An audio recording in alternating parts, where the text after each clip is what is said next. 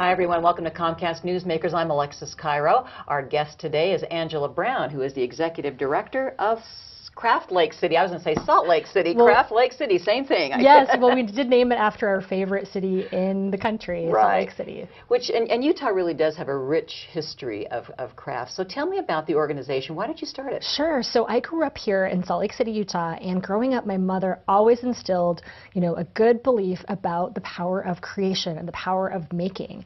And as a youth, I really kind of lost interest in some of the really important things that she was trying to teach me about canning and about food preservation and, even some of the fun crafts like knitting or cross-stitching. Right. And then kind of as I got a little bit older, I realized, oh my goodness, I actually really regret not really spending that much time learning this kind of stuff. And so I realized that there were other people kind of in my age group that were feeling the same way, not just in Salt Lake City, but across the country. And this whole kind of maker, do-it-yourself movement really kind of exploded. And, all across the country, there were these really great craft fairs kind of popping up, but we didn't have anything like that here. And I thought, oh my goodness, this is perfect for especially our cultural background here in Salt Lake City. Why don't we do something? So you offer workshops. Tell me a little bit about those workshops. Yes, we do offer workshops. So we offer workshops. We have partnerships with West Elm City Creek in downtown Salt Lake City. So once a month we go in there and bring in a different artisan that hand makes a certain item, and we do food crafts. So for instance, we have a workshop about making caramel apples. We do kind of things with botany, like we have a terrarium workshop. Wow. And, just all sorts of different types of crafts.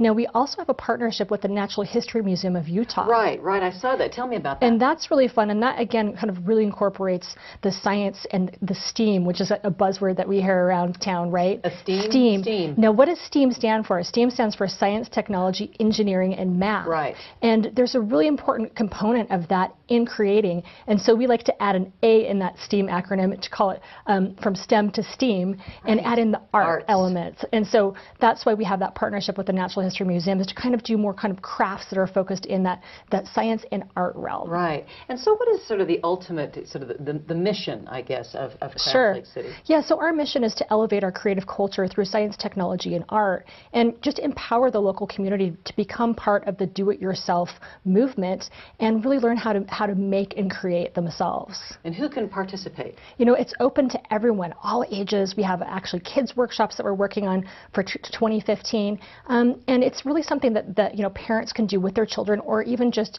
young college students for a really fun night out with their friends. Right. And so you talk about do-it-yourself. A lot of times we think of sort of doing our own plumbing or tile, but you're talking really more about about art. Sure, about art. And do-it-yourself is about art, and that's one of the things that we really try and do with Craft Lake City, is blur that line between what is art? Is crocheting art? We think so. We think that it takes just as much time, passion, and technique to do that as it does for a painting.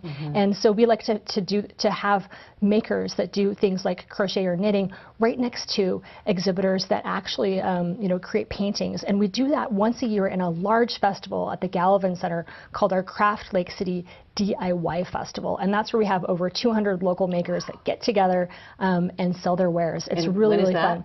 And that happens in August. It's the second weekend of August every single year. 2015 will be our 7th annual Craft Lake City, and it's free to get in. It's just a local arts festival, and again, kind of blurring that line between arts and crafts. Right. Well, great. We'll have you on right before August to remind us all. I can't wait. Great program. Thanks you so Angela. much. Our guest has been Angela Brown, who is the Executive Director of Craft Lake City. I'm Alexis Cairo, and this is Comcast Newsmakers.